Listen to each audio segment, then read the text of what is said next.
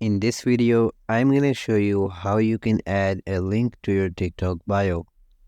So first of all, what you're going to do is you are just going to open the TikTok application in your phone by tapping on it.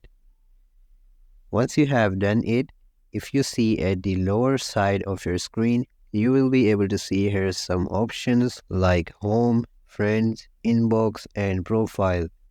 Here, what you are going to do is you are going to tap on profile, and after that, you will be redirected to your profile page.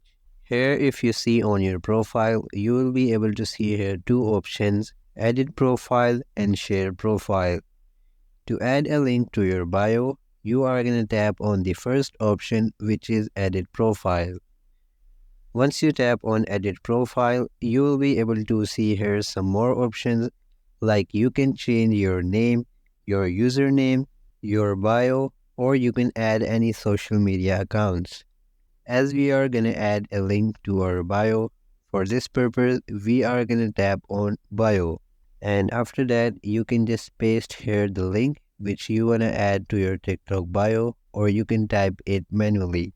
And once you have done it, you can tap on save located at the upper right side of your screen.